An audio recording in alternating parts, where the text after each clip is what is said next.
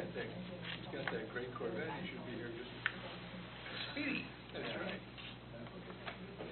Well, it was funny. I drove down from my house, County 19, all the way to 118.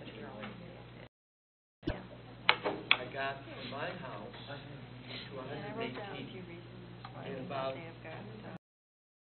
18 minutes. And it took me 15 minutes to get from the corner of 118 over here. The road is not bad for him? Yeah. 19 was finally open. They didn't narrow it down to 2 lanes. Yeah, it was from all the way from Dunedin. I was down here in about 20 minutes. It's pretty nice. But I went all the way to 80. And One of the key people signed was the 118 former were DOT. just, I just caught him at the bad time. But the road, the traffic wasn't bad. It was just the lights that were, yeah. So, yeah. Oh, sometimes in the, that fight like 5 p.m. the 219 is bad. Of course, next time when you just plan on a 20-minute ride, then you have a little problem on 19. You're an hour and a half late. You know, just like you get no traffic problem, then it's pretty smooth sailing now. Yeah. You know, all the way from Dunedin down. Yeah. Oh, by the way, I was glad to hear that you guys got creative and didn't do your crazy moratorium on. Thought, oh my! I mean, regardless of the reasons you can stack up that make sense, I was just glad to hear you guys back off that. That was. We finally got some people that were actually calling and being able to articulate their concerns, and it made so much sense that it really wasn't appropriate. We don't have that many people lined up to submit permits for. And you certainly don't want to shut the spigot off for a year. That's just like, it's like, please don't. We did a 3-month moratorium 10 years ago. It was the biggest mistake, And I didn't vote for it, but it was awful. In Dunedin? Yeah, about 3 months worth of.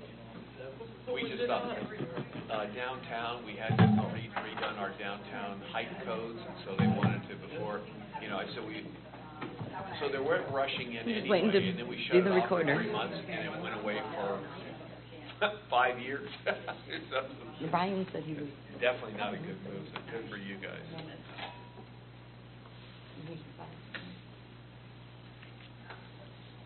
Our chairman, our vice chair. Joe said he was on Almerton. Oh, is he? Yeah. Well, almost it's a long road. Which is. I couldn't really hear him. It's far away. But I don't know where Brian is. But, I guess we have a farm, right? Yeah. Good. You remember others is coming here, right? We can start with the information items if you want for voting. You want to do that? Yeah, we can start with. On, Ta-da! There Hey, Oh, that's there we go. Boy, we're just about ready to teach. I can understand how that can happen. That includes all expenses. Morning. Good morning. Good morning, everybody.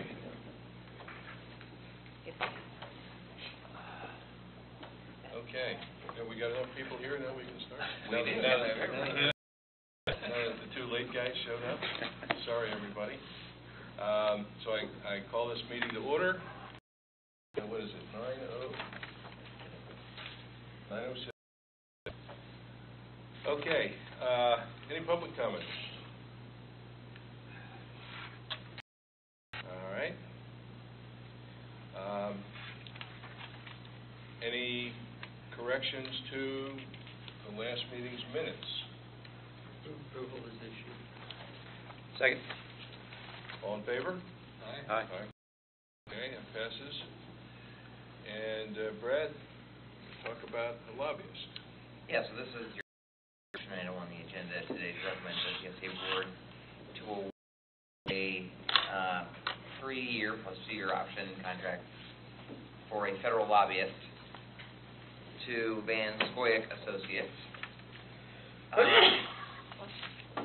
And that the path forward plan that you adopted called for PSTA securing a federal lobbyist for our federal, not have it, has never had a federal lobbyist.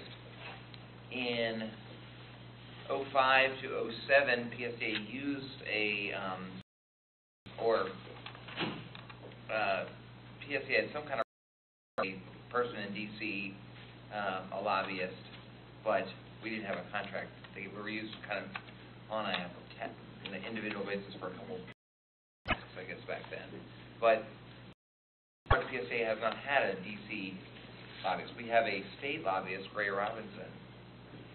I personally have some experience in D.C. I worked for my congressman in D.C. and then had served on a bunch of panels and seemed to be in D.C. all the time. And the PSA Legislative Committee has been very involved over the last several years in overseeing federal advocacy. But we're not there.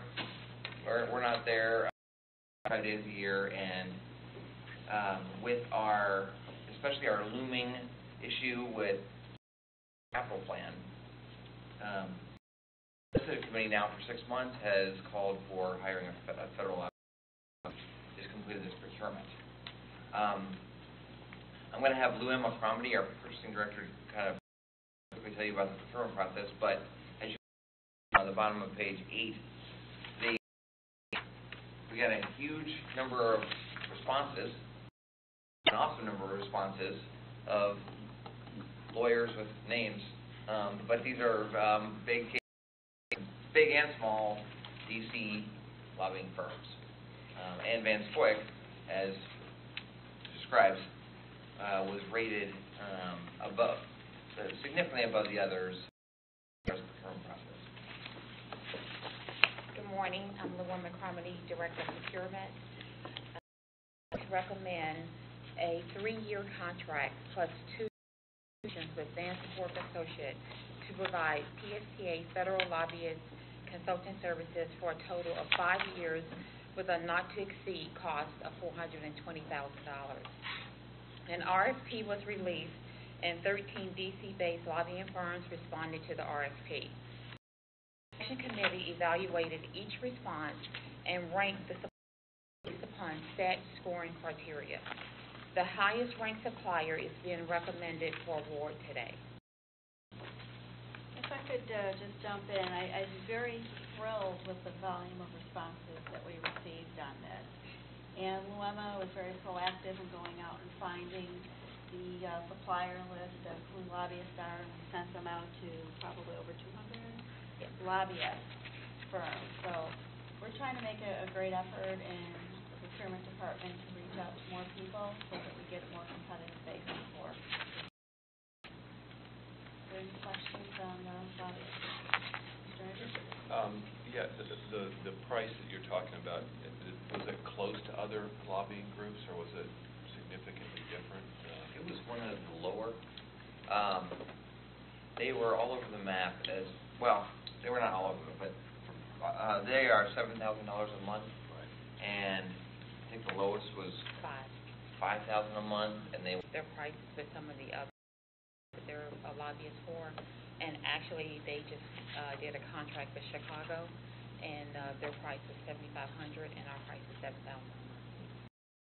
What was the non-price overriding issue that made you feel good about this group? I know it's just wanted to go towards, I think, the capital as well, and any potential conflicts that you guys may have seen. Just maybe chat about that a little bit. So. Yeah,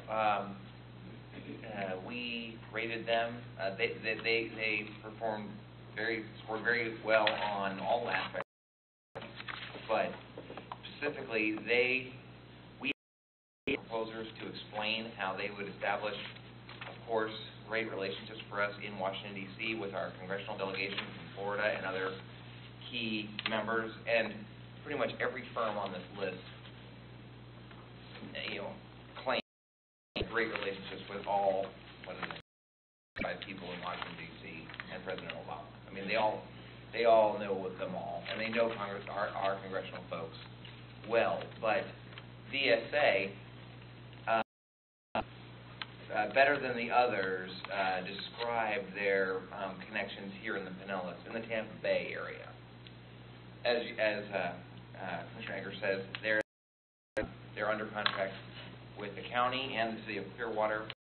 They have as one of their lead lobbyists a man named Harry Glenn, who was a longtime chief of staff, kind of the Pinellas connection for PSTA and every city in Pinellas, pretty much, when earmarks were available. And then he has a very strong connection to Pinellas, of course. They also represent USF and the Tampa Airport. They are co-led by their lead transportation lobbyist in D.C., who was a Secretary of Transportation for the DOT, I think in the 90s, and then they have a number of public transit clients, including Vancouver, Washington, Oakland, AC Transit, maybe Chicago.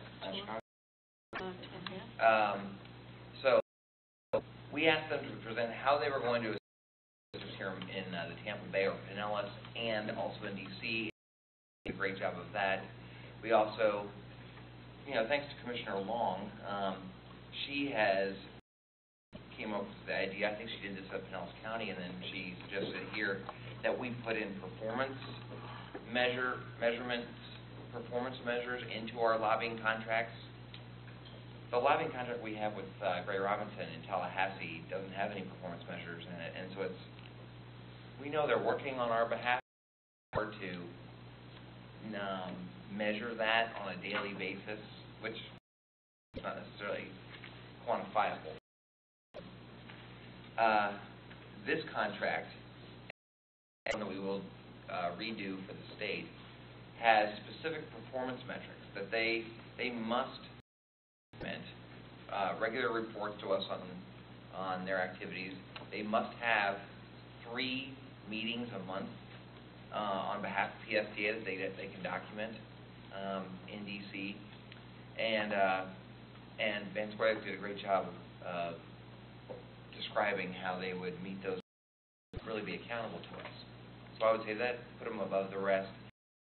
To Pinellas County, he had all the firms disclose any conflicts that they might have, and Pinellas has gotten back and said they're perfectly happy.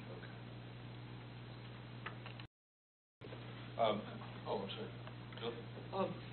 Just a question on the summary of there are 13 organizations listed, but I'm not sure whether CHCG is the same as CHG. It's different. They're different companies. When I look through the rate, it's kind of hard to see in black and white, but I didn't see a CHCG listed. They're at the very bottom, and they were not because they did not respond to the RFP. That's the Black spot? the dark spot. Thank you. Yeah, last week I went to the HART PSTA thing, and one of the things that we agreed on there was that we were going to hire a federal. I think that we talked, and Chair Johnson can chime in. That was a suggestion made by the HART representative, and I think they were talking about the state. It was both. Do you recall it? We had talked to get a lobbyist with them for the state and for the federal, and everybody was saying, "Oh, this is going to be great. We're going to have all our." So we agreed to do that last week, and now we're going to do our own separate thing. Do you recall that? I recall the subject came up, and I recall warm feelings about it. it was just the executive committee, so the executive committee can't commit, but I think you bring up a good point. Do you know who Hart uses? They have Holland and Knight, who did not turn in a proposal to our RFP. But in response to that discussion that occurred at that joint executive committee meeting, it's going to be my recommendation that we move forward with this, with hiring Brandon Spoyak, but work to marry up our PSA and HART's legislative objectives, and have both the lobbyists and our lobbyists working in D.C. and in Tallahassee. They stayed pretty steady with Gray Robinson, although their contract is now ending, but they've had a number of different lobbyists working in Tallahassee, and at least from discussing with our legislative delegation in Tallahassee state reps, they were more interested in having the locals, as they say, us and HART, work out our joint priorities than the same lobbyists two priorities. That didn't really matter to them so much, but they would love it if we could all the transit people in the Tampa Bay could all agree on the priority list, so they could all work together. And so that's been my approach. We're trying to orchestrate the PSA Legislative Committee working on the projects. It was just, your impression was that there was everybody saying, oh boy, let's get together and let's do this, and so it seemed like that was really on something that was going to be done between the two groups. And so it's been my goal. I mean, it's rapidly moving, but is to try to get PSDA's next year's legislative agenda put together, in fact, earlier than we've ever done it, and then get HART on the ball to get theirs done this summer, get to August sometime, and then agree on a joint list before the legislative committees in Tallahassee start, which I just heard yesterday might be the end of August. So that we would go into with a true coordinated list of projects, which is really, I think, the spirit of what was talked about at the committee meeting last week. Anybody else? Yeah, I'm sure, good. Really, Brad, I think that's the best way to do it. Get on the same page, but then have a two-pronged approach at the lobbying. Question I have is just from a budget point of view. This is general funds. It cannot be funded by outside funds. Right. Okay. We have it in the budget, so We do, for next year. Okay. The other was that in the background statement, we're talking about engaging a federal lobbyist for the first time to help secure limited federal grant resources to preserve PSDA's existing funding stream so balanced funding program can be maintained. In the next presentation opportunities, our staff has already gone ahead and identified what the grant opportunities actually are, so that I'm completely in agreement with somebody developing these priorities, but it seems already been done. So that I look at what we're asking the lobbyists to do, and it's huge. And when they come to us, we're going to have to respond to it. Well, what do you mean? What do you mean huge? Well, give us reports on what the committees have done. We're going to have to respond to them. We're going to go back and forth. It's going to be a lot of correspondence, this guy and us. So it seems like we've already figured out what our... Sure. we don't know what we don't know, and I think staff has done an excellent job at identifying opportunities.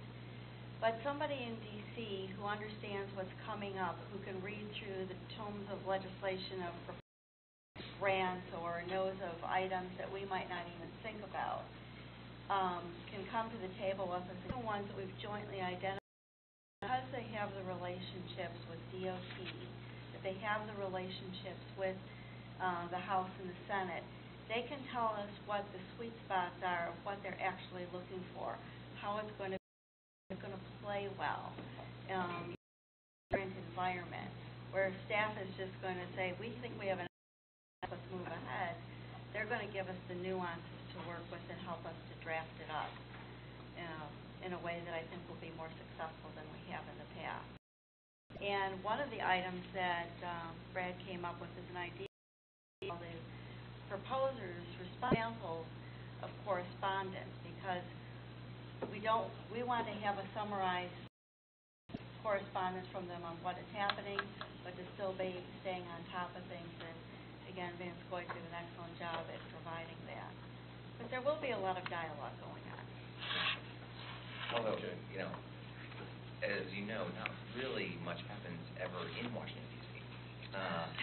So, a lot of paperwork, but maybe not a lot of action. Yeah. Yeah, I'm listening to all the conversation, and just some of your comments strike me. We've never had a federal lobbyist. I'm assuming that there's a percentage of like companies like DSTA that have and haven't. Maybe before because we had the predefined program that was in place. Comments from you all that it's probably dried up and that there's not going to be a lot of funding available from the feds for capital. So having said that and not had a lobbyist, I'm just wondering if it's the right move at this time, number one. Number two, a hard discussion. Sure, the answer is that we should share a lobbyist or not, because it seems we're probably going to be competing for funds. So I'm not sure how that would work out. But the fact that we had it with their executive board that said this is something we might think about, and maybe you're interpreting it a little bit how that meeting went. I just don't want to dismiss the thought with them that, oh, by the way, we want to try to do this working together thing, and one of the first we're just going to move on without it and move in that other direction, even though that may be where we end up, and maybe that's the right thing to do. I don't know. I just want to make sure that that thought is out there. Then just one question. The 3 option performance measures that you were talking about, is that 3-year set, or if they don't meet performance? Yeah. Okay. Option is a joint, we both have the option to look at it and decide whether it is. Yeah. Okay. My question is, I'm sure all the lobbyist groups that took advantage of this bid opportunity are all well-placed in Washington and will have, good contacts and experience and all that kind of thing. My concern is that we are somewhat unique in that we are in an area where we are not to get a lot of enthusiasm from our region. Only Greenlight Pinellas demonstrated that people here are not interested in transportation systems. So my question is, what can devise a way to determine the pedigree of this particular organization with regard to its expertise in the transportation arena? Because, again, lobbyists have good contacts. That's why they're lobbyists. But do they have the expertise in this specific field and in this particular type of geographic area and area that doesn't have a rapid transit system, merely has a bus system? Do they also have contracts with other similarly situated geographic areas around the country. It's good that they have local contacts, but I want to know if they fully understand the unique transportation entity that we represent here. That's really my question. And there may not even be an organization that does that, but I'd like to know more about their training capabilities than about their contacts. Okay, well, if I could just respond to some of the questions that Commissioner Eggers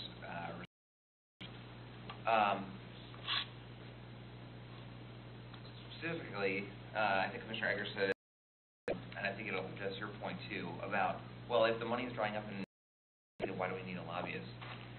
And that's the reason we do need a lobbyist. Yeah. Is I have lobbyists that talk to me before the cone balance.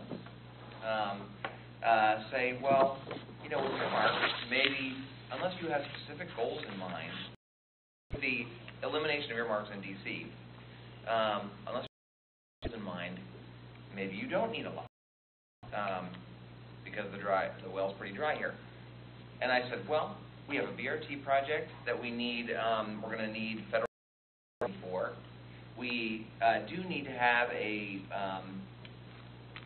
better relationship than we've had before with our congressional delegation, specifically Congressman Jolly, who is on transportation appropriations, Bilirakis and Castor, and the senators.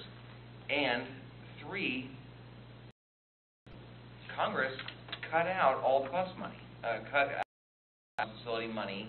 They got rid of earmarks, and then they got rid of the discretionary, and they gave it to rail. There is a coalition that has in the transportation world to try to restore that funding, that is looking at different ways to put back funding for buses. They've pitched me big time to try to get PSDA to sign up with them, and then a little bit nervous trying to analyze how they propose to fund it, and they're taking money away. They've got different ideas on how to fund buses that might just take PSDA's formula on each. Sure, I haven't signed up yet, and so I will to try to make sure there's a piece in place if we were going to get a lobbyist that can help make these, weigh these different proposals that come up in Congress that we don't have any ability or time really to analyze in any kind of great detail. And Van Swick, the firm that we're recommending, they are the lobbyist for the lead agency, that system I was talking about, that's leading this effort to create this bus coalition. So they're intimately involved in the plight that PSDA finds itself in, seeking for a more Congress to adopt a new transportation bill that is more that has buses and rail funding in it. They're kind of on the leading edge of that. So more than these other firms are. I mean, other firms have transportation clients, but I know that they are very involved in that particular issue. Now, over the next 5 years, Congress has kicked the can down the road and had continuing resolutions 30-some times. So, will we see a transportation bill in the 5-year window of this contract? I think they do have the expertise. I think with our specific objectives, we do need a lobbyist. I think, explained, the example I would give is the recent example with Tiger grants. Tiger is a kind of federal money that's competitive, and the Pinellas MPO has turned in an application for the bike trail to extend the Pinellas Trail. And Hart turned in an application for the regional smart card fare collection for the region. And Pinellas County offered up their lobbyist, Van Scoyoc. He got for a group of Pinellas County commissioners and Councilwoman Hockney Polito from Clearwater and Councilwoman Rice just went to D.C. and met with all the congressional members from the Tampa Bay at eight meetings with leaders, and with the DOT, and got the congressional members to commit to contacting the pushing for the project, for the trail project. And that does have a huge effect. Even though we know about the pot of money, Opening the doors. it's incredible. Meanwhile, on our project, we don't have that ability. So, well, it'll be a miracle if our project gets funded. But to your point, though, I think about the knowledge you're talking about, they're involved out in Washington, you said. Yeah. So, was it out there that there's a couple of groups, I think I remember hearing from Jim Hartman one time, BRT system out there, out in the Washington area, Spokane area. It seemed to me that, I'm just wondering if there's any, when you're going to lobby, is it the distinction between the rail and I'm sure they do, this group. So I think that's a good point, that they do have the knowledge that you're talking about for this industry. Yeah, typically transit systems our size. Yeah.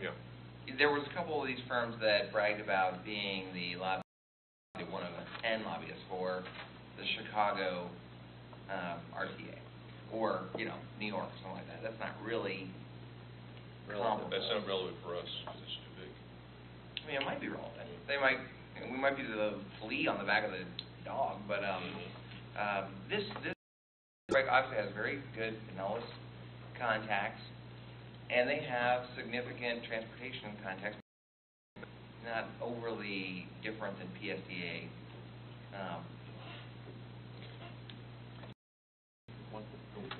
Is Harry Glenn going to be our main contact? Well, they proposed two. A joint, Harry Glenn, and then this guy named Steve Palmer, who is their transportation lead. Kind of like a dual lead. Okay. I mean, Harry Glenn, I know him pretty well. He's a very competent guy. He knows D.C. very well. He knows Pinellas County very well. He worked for Bill Young for years. So I'm very comfortable.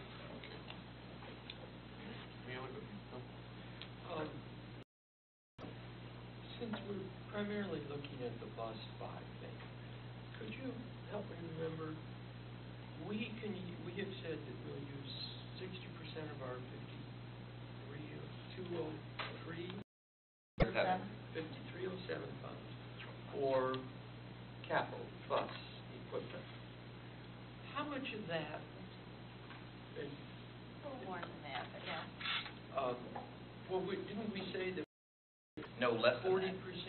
for our... No more than 40% towards Maintenance. operations, which Right. would be the maintenance, preventative maintenance. Okay. So So a lot less than that. what I'm wondering is what the shortfall that we're trying to make up here, that we're having to push down through, how much of our bus purchase is by that 5307? Probably, but easier to say, what are we looking at to be spending out of our own pockets that could be funded by the federal government? So we're looking down the road at probably about $15 million of PSTA funds that would be the local contribution to our bus plan. Is that annually or No, over that would 5 be years? over the next 5 years. And what we want to do is be able to tap into the discretionary funds. Although earmarks are no longer a nice word to say in D.C., there are still discretionary grants that we want to be the winners of. And that's where I think the expert advice of a lobbyist would be very helpful going forward, so that we don't have to use all of our funds towards buses, that we can put it towards other expansion projects. So million is what used to be earmarks has now been given to DOT to allocate based on some kind of a scheme. So while Congressman Jolly has said that he's very supportive of us and he'll work for us, we don't need a lobbyist like him, that a lobbyist would be appropriate to work with the administration in the puzzle. understanding who is on the transportation committee, so it's not just your local representatives, it's reaching out to others who are on the committees to be able to help push our project ahead of others and how we can be successful. And then responding to Commissioner's comment, I do wonder if sharing a lobbyist might be a conflict of interest between us and Hart. I thought of that after we started going down the line.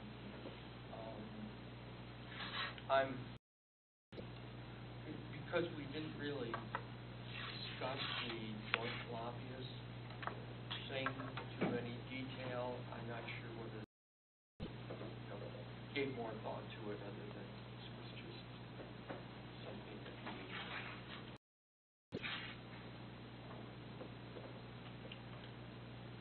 On that point, do we have a sense of organizations out there, like, what percent, obviously Hart's been using a lobbyist, we haven't been.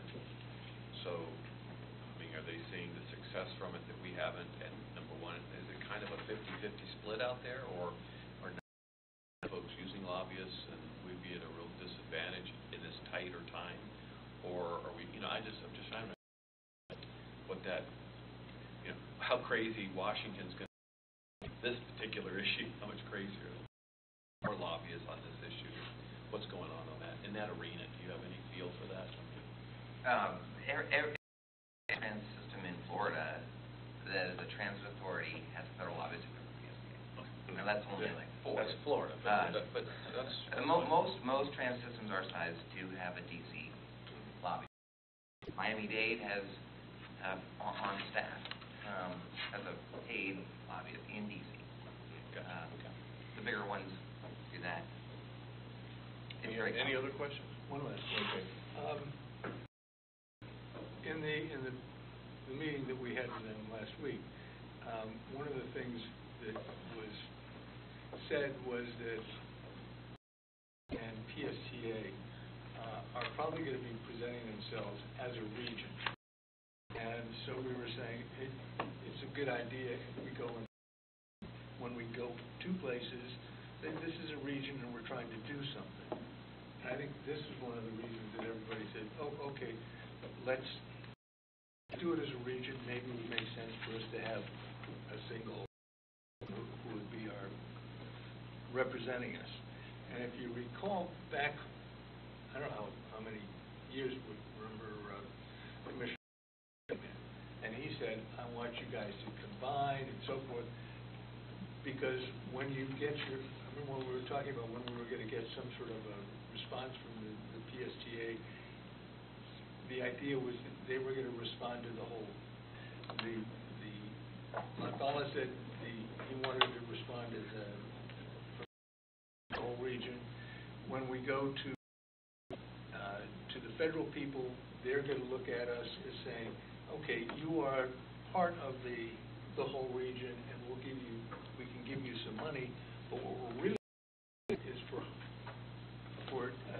the they can give PSDA a certain amount of money. Then when Hart comes up, that's when the whole thing will come together, and we're looking to do something on a whole basis. So, and if that's the feeling that we've got, is that this is one here, one there, but we are a whole thing, maybe we should be figuring out how that's going to work for us. And the idea of saying, just to Hart, this is something that we're considering doing right now. What do you think? Because we did say something about partnering with you. So I think at least we should get over to them and say, I don't know what your feeling about this is right now, but if we are going to be looking at ourselves as a whole thing, then let's talk about where we are right now. That makes sense. I think we probably need to take note of this, but I understand what you're saying, Mark. I think we can based on the agenda of the two organizations. When I look at it, I kind of think that there could be a potential conflict of interest, because if we each have the same lobbyist, because we could potentially essentially be going after the same pot of money.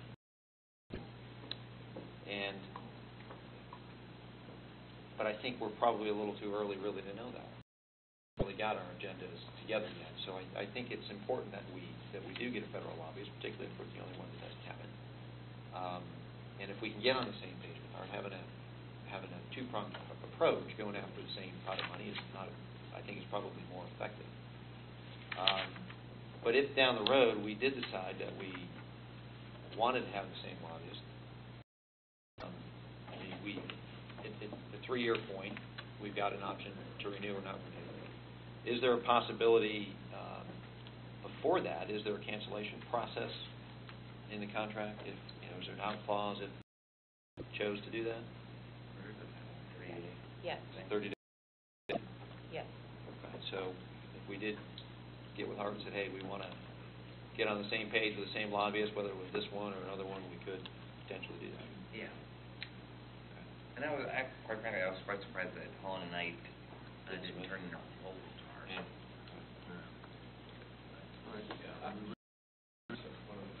And I think some of the things that we're talking about today, the bus system, the buses at Hillsborough, they're going to happen, and we're going to need them both.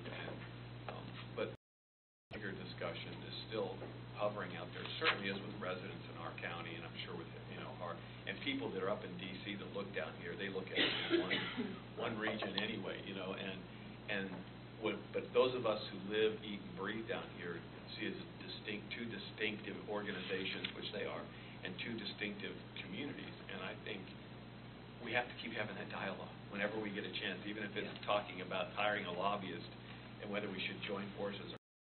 I think there's that whole taxation without representation people worry about with regionalism. I get that, but on the other hand, I think for us to have a real superpower area, we're going to regionally on certain things for sure, whether it's sports facilities or whether it's transportation or whatever it is.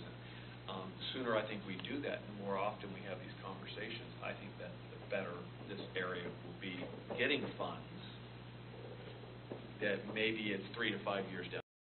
It may not be today, we're not ready for that. No, but I certainly think we should be having that more often than not. I agree. Sometimes we start looking at one little area, we want to get down that road, and I do, but you can't. You come back and say, where are we today, kind of thing. So I like the flexibility of the contract, though, that we can get out if we need to.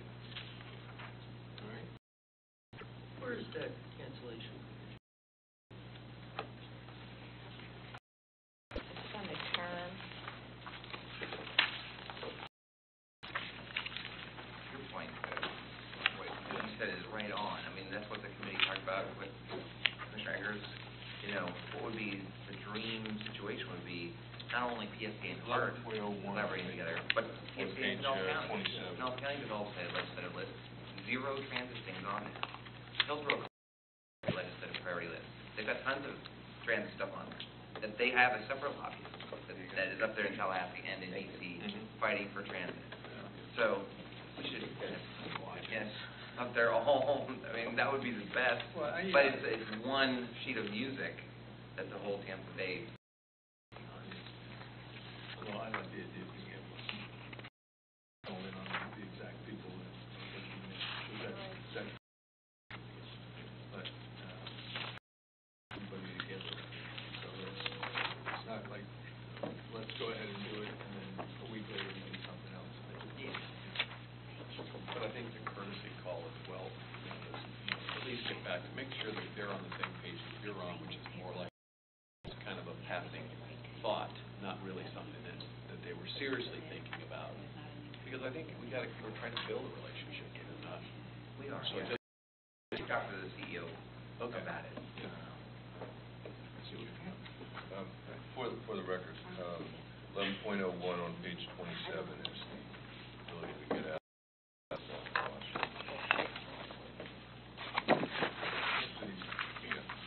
Okay. So we have that in there, yeah. I would like to make a motion to recommend the 3-year to award it plus 2 optional years with Van Scoyac Associates to provide PSTA federal lobbyist consulting services year cost not to exceed $420,000. Second. All in favor? Aye. Opposed? Okay, motion carries unanimously. Thank you. Okay, Ms. Leos, potential grant opportunities? Okay, that is on page 44 of your package. And we've been successful in getting grants in the past, but the point is how to do it in the future. And as you mentioned, staff has identified a number of areas in which we can apply for that we either can continue to apply for or have not been successful in the past. And some of these, FTA Integrated Corridor Management Grant, the Tiger Grant, Ladders of Opportunity, Low-No, all of these are competitive grant opportunities with discretionary funds. So to answer the question before, we would be competing with Hart on this. They're, like for the last, we've done a joint application for Tiger, so we are working together, and there will be opportunities for us to come together for the lobbying efforts. But items like this are all discretionary, and we will be competing with not just Hart, but all the other transit agencies in the country. And hopefully we can identify more opportunities as we go forward. Some of the non-traditional things that we're looking at, and I put on here, fourth from the bottom, energy-related grants. I'm not as familiar with Florida yet, but boy, I'm going to be. I've been successful in getting full funding in New York, from our energy supplier foundation through state energy grants, solar panels for roofs, to be able to fund differences in the hybrid versus diesel, to be able to fund infrastructure like the lighting. Lighting is probably the best money to be able to change out your balance different to save money. So I want to explore those options and see what we can come up with. So sometimes an unlikely funding source, such as the people you pay for your energy, could also be the people who help save you money. The other thing is we've been successful in getting training grants with our new broker that we have here at Insurance. They have a pot of funds for grants, and we're taking advantage of that for safety training this year, and we'll be looking for many to do this. So hopefully these will grow as we go through and look at different opportunities. Are there any questions on this? Yes, Commissioner. Okay. Just back to the lobbyists, the state lobbyists that we have hired, they work with the FDOT also, or they're working with the folks in Tallahassee, the legislative side, or both? Primarily legislative side, but, you know, they have contact with the DOT office, at least the central office. This is a question I probably can get away with maybe another month or two, then I'm going to be supposedly too experienced to know to ask these questions. But the 100X and the 300X, those are the inter-county services. It would, to me, again, I'm throwing out the idea, but kind of in line of this merging together with Hart on grant applications. I'm sure they have similar service like that. Do they have a 100X and 300X? They have a 200X. It comes with them. It would be interesting to coordinate that effort between the two counties. I mean, they're certainly touching both counties, and maybe we do. But on a grant application, that would be an interesting kind of little pilot over here that says, Pinellas and Hillsborough on the grant application. Those things, because they do touch both counties. The others are kind of individual. So I don't know, just a thought that at least as we try to start. That's an excellent suggestion. Sandra, if you want to address. We do on a number of projects, and we're looking at some of the proposals from the DOT in the Hillsborough wanting to get to the beach. So they are very supportive of helping us put together some of the applications for extending some of those services that get you from the beach to areas in Hillsborough. So a good example of that is the Clearwater Beach to the airport.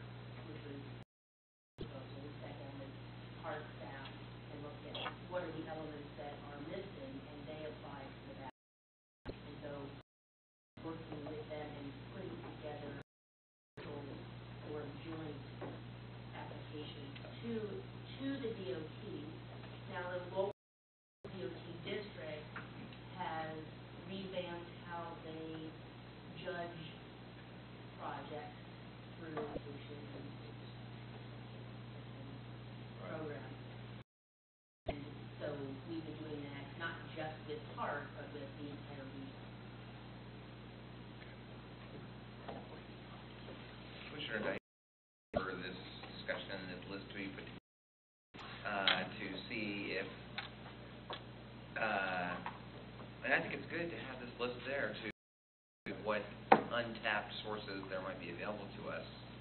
So, I too was appreciative to see this list of opportunities and not know everything that's on here.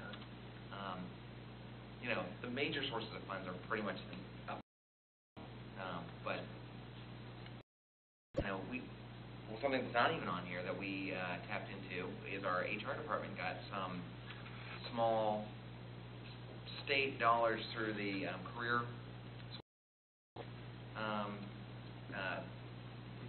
group that they provide matching funds. They get funds from the state for training, for like computer training of employees and stuff like that. So our employees have done a number of training things through them that have been much discounted. Things like that. Do we have a priority, or any of these got priority over the other ones, or any better or worse, or? No, the way I look at it is you apply for everything. And the more you'll get at writing the grant, something will be successful in getting something we haven't gotten before. Maybe you should wait a month and wait. Like that low or no emission vehicle deployment program, low no, federal program for that. I just heard when I was in D.C. last week, they're about to issue another round of applications, $22 million, and they're all excited. $22 million for the entire United States. That's nothing. And you have to apply, they only will award grants for minimum of 5 electric buses. So each electric bus is like $1 million. So 22 million. 22 and- buses. What? Yeah, and so, you know, we're going to go for that. We'll probably get 600 applications for 5 electric buses. And then how does the people in D.C. decide who to dole out the 5 buses to? The lobbyists. I mean, And they'll probably spend $1 million trying to figure out who did all the money on. yeah.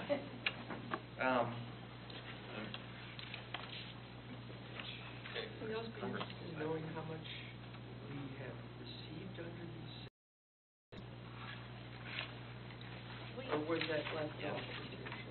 It was left up intentionally because every year is a different figure.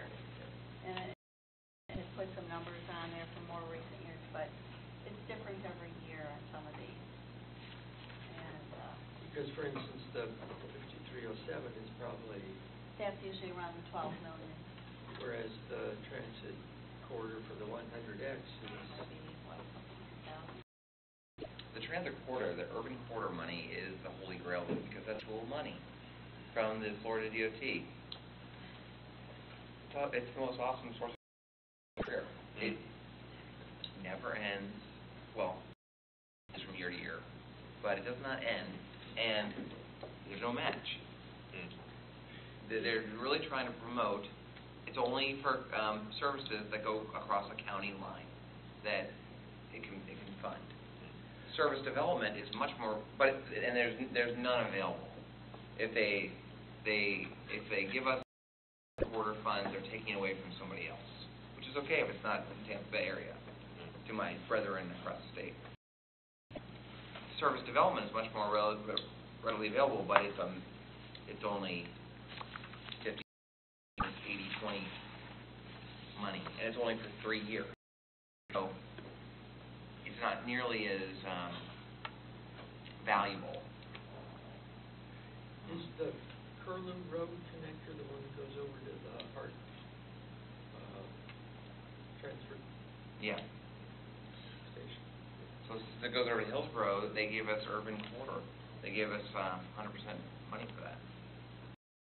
Where do we stand with the airport connector service?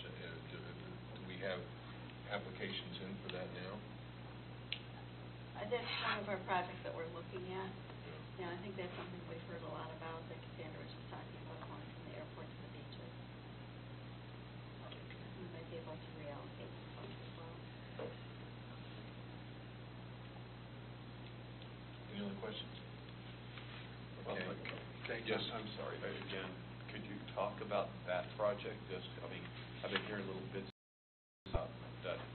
Is that something we don't have to do, but talk about that Clearwater to Airport? Where is it? What is it? How's it stacking up with the, or in St. Petersburg, for example, and are they competing for our attention? I mean, I don't know enough about all of that stuff. So the corridor is the beach to the airport, right? It's an express line proposed that was a part of the Green Light Plan also, but it goes from Clearwater Beach, limited stop, to the airport. It crosses so it would be eligible for these exotic state funds. How it competes with the other legislative priority of PSCA, the Central Avenue BRT, is in the eye of the beholder. Senator LaValla loves it because it's in his district. Senator Brandis likes the BRT line in Central a little bit better. But it is on our legislative priority list. Like both projects got on the regional Tampa Bay Transit Management, which is the MPOs of Pasco, Pinellas combined. They put together a list of top priority transportation, multimodal transportation projects. Projects are on there. We applied for, as Cassandra just described, and we got some potential funds to support the Clearwater connection, but not enough to run it. So we're still in discussions with the DOT on how to use those best. So, the legislative committee, the PSA executive committee, and the PSA board will discuss this summer next year's priorities and whether or not, how that project ranks, how that project stacks up, whether we should put that forward again, prioritize higher, what. Well, some of the ideas that Commissioner Egger's talking about, what if we got together with Joe Lopano's people and We've done so try to have a double to developing them, because that one should be something that should be an immediate success. They have been happy to stand right behind us in supporting of that project. They have not shown us any money. Cassandra was raising the hand behind her. I think that would be a good discussion. They are two different projects. Right. They are served different markets, completely different operating scenarios and opportunities for funding. Different. So they are very, very different projects. The Central Avenue BRT has a much bigger component, and for projects like that, it's need to have those be priorities much earlier because they take a longer time. And both of those as priorities and at the same time is important. So one is not more important than the other necessarily. They are both part and they are both important to the entire network. That's kind of what I was hoping to hear, but I think those will be some discussions that we're going to be having. Yeah. But I agree with the board of having the number one priority be Central Avenue because of how those projects get done. That being said, which is in the top three. All right, well, Yeah. we'll continue. We're a little behind time here, but Ms. Leos, monthly financial update. Thank you. It's on page 46. For the month of April, we had a $2.1 million deficit compared to the $1.9 million budgeted deficit. And our revenues of $2.9 million were about $640,000. And the majority of that relates to the timing of federal and state grants, and the other pieces are passenger fare revenues were $230,000 below budget. As you can see on the expenses were also under budget, just not enough to cover the revenue short for this particular month. We turn the page and we look at the year-to-date, April, we right now are 1.2 million favorable to budget. As you can see, the revenues are $1.3 million under budget so far this year, and 1.2 of that relates to fares.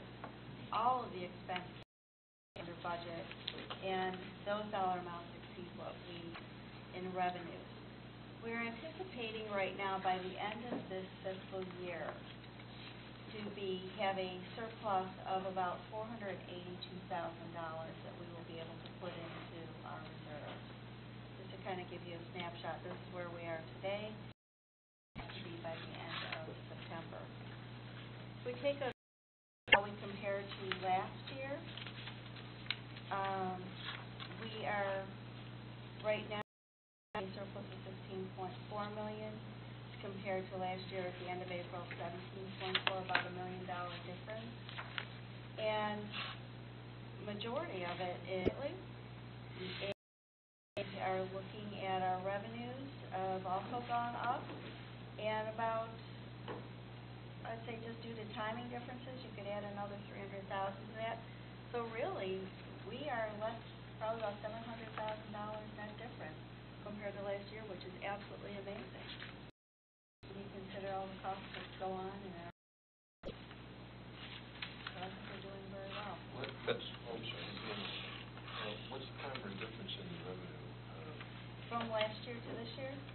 Well, good news is we're $2 million more in the property tax revenue.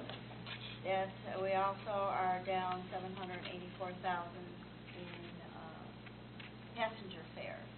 While our ridership is hitting an all-time high, seeing the change of riders moving into the TV program, which we think is driving that.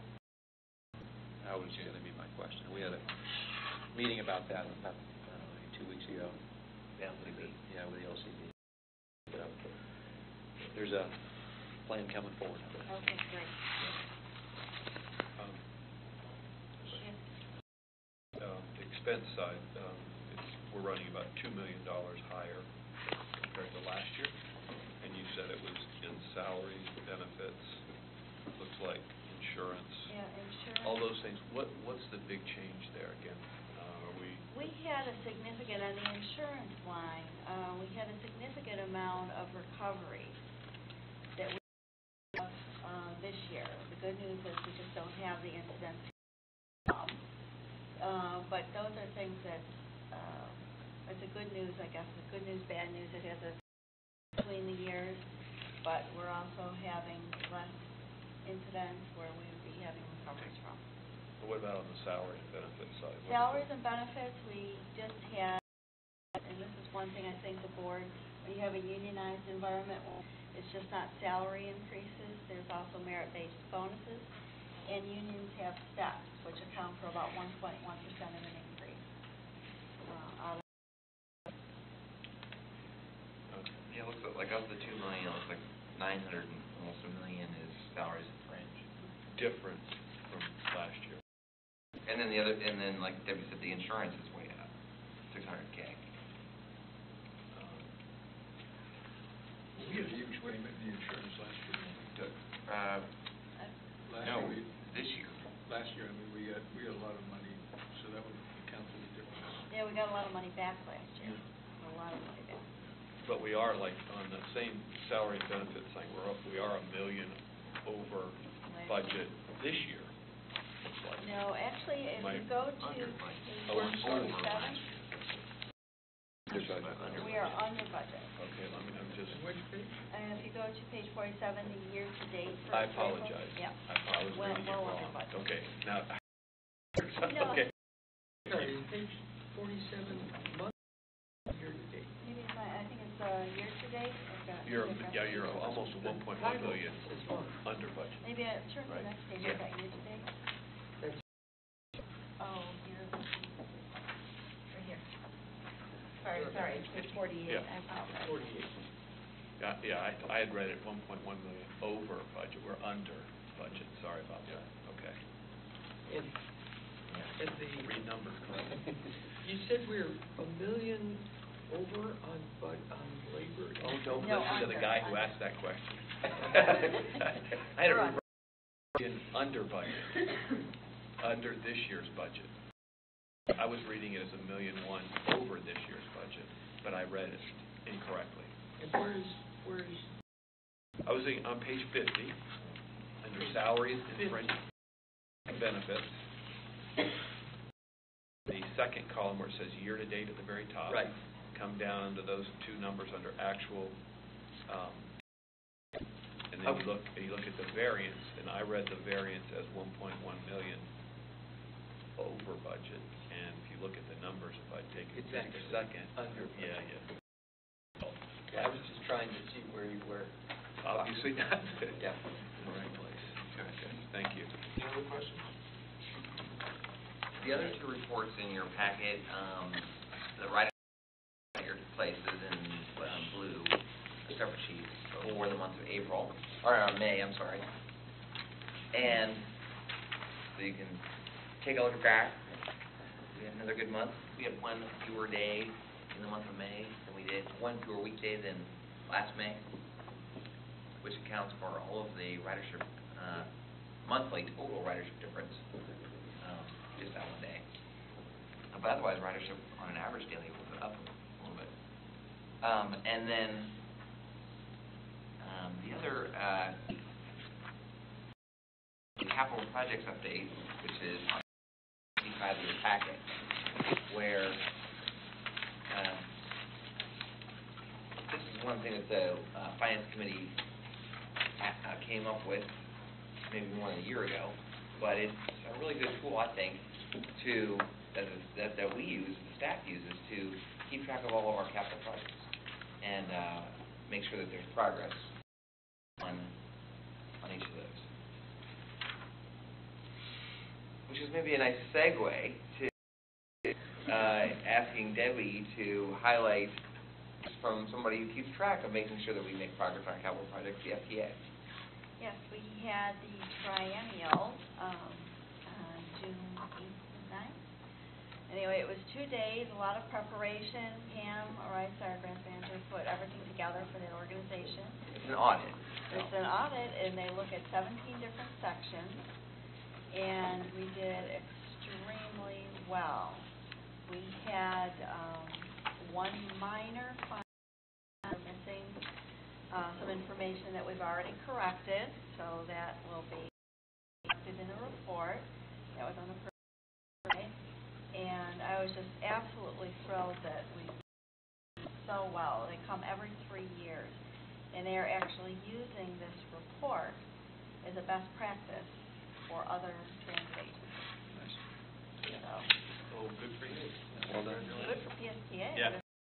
Yeah. The few folks that were having to suffer through those few days. There was a lot of months of preparation I'm for sure. this, and as I've told, preparation for the next one has already started. So I'm very proud of the staff Good. here. Good. All right. Mr. Chairman, if I may, Pardon me? if I may, Go ahead.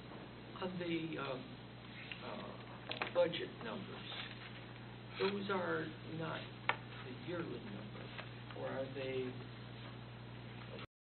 over what period of time, for instance, the shelter project? Oh, that is the total project budget. It could extend over multiple years because we do a 5-year plan. It's total, it is a total in open grants. Look on the shelter project on here, which is now Yeah. finally getting underway, we have a total of $1,282,000. So we're just starting on the first phase of that, which you'll be hearing about this month at the planning committee meeting to get the new shelters going in. That's a total project budget. Just kind of, in looking at the percentage of completion, it's kind of wondering, well, how far along did we to be at this time versus, and I think that one we're slow in Right. rolling it out. And each of the projects has milestones associated with it Okay. in here. If you look at any details on anything, and anything where we get behind on a project, we're requiring the project managers to give us a recovery schedule, when you're going to get back on schedule, what are the causes for being delayed. And that additional It's information all in here. is not in our package, but is that available? I didn't pull that online. Oh, okay. Is it- That, Apparently it's separate. it should be online. I think it was a link. It was a Link, link, yeah, okay. it's fairly lengthy. Great. There's a link that, there's a little page, a picture, everything of each project. Another question, not related to your report, but congratulations on that audit.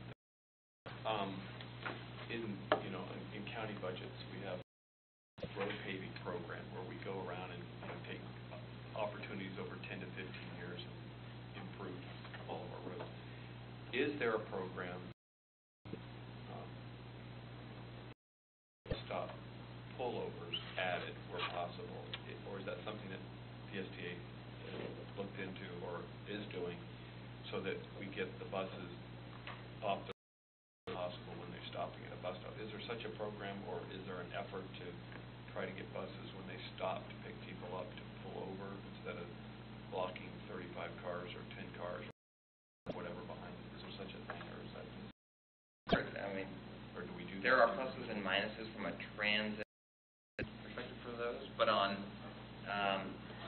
in certain applications, they make sense. There's not a capital line item in our CIP for that, although on specific corridors, we work with the DOT when they are redoing a corridor to put those. But not existing, I don't know what the PSTA operational thing is, but from a consumer perspective, certainly annoying at best, but anyway, okay. We talked about that once before, because the problem is, if the bus pulls over, then it's hard to get it back into the stream of traffic because people won't let it back in. On the other hand, it is annoying beyond belief when you're trying to get someplace in a hurry and you're behind a bus. It kneels down and it takes a long time to get off and so on. So there's two sides to that picture. Especially if there's if the driver stops. That's why we Or a bike rack. The other side of that, I would suspect, is that on most roads, is the limitation of right-of-way. Yeah.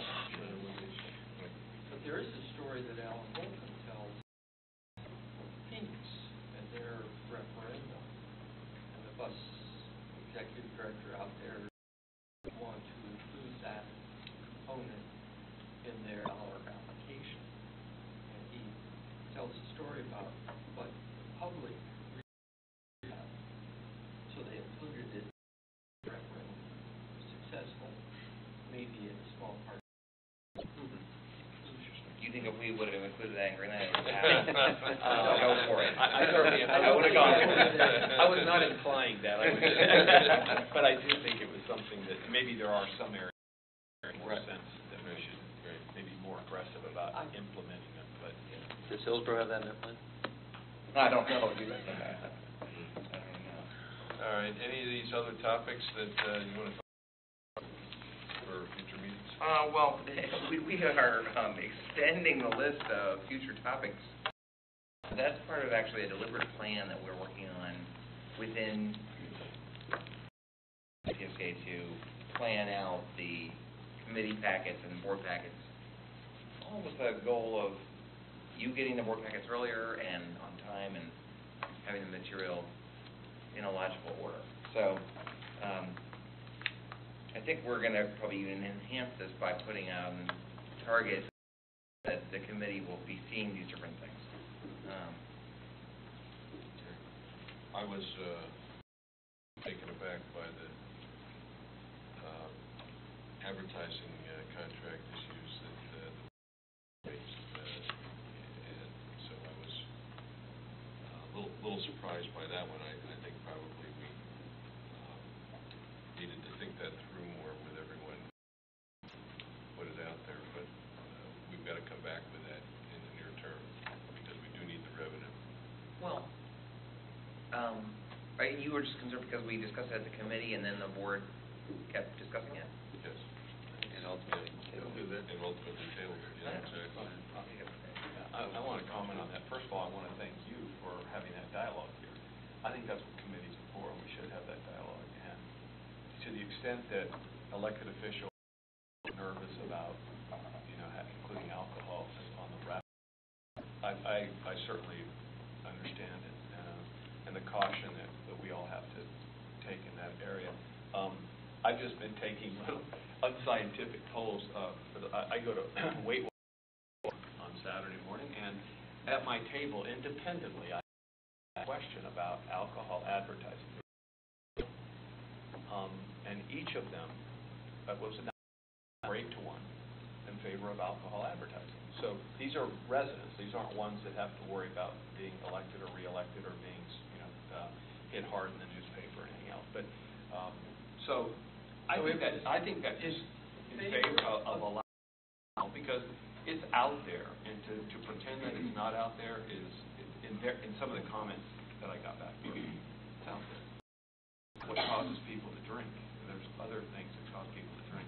Anyway, it was just interesting, and I think it is a good discussion to have. And at the end of the day, we might, eventually not do that, but just to be on the safe side. But on the other hand, we are looking to be responsible for taxpayers and to support itself. So, but I thought it was a great discussion we had here, and you're the chair, so you will probably put out there in front of everybody. But I was a little surprised that of the pushback that we got from several board members. I wasn't, but for being that spokesperson for us. If it's a Weight Watcher type of thing, then they certainly are people who would qualify as free will people. Well, maybe they're not drinking as much as I don't know. But anyway, it was a small little group that talked about. Where does that fit into the Weight Watchers plan? I don't know. All right. Is there any? Okay. I did think that Ms. Wright were fairly that me talking about the advertising for things that youth are not appropriate for and prohibited from, when at the time we are advance our youth ridership system.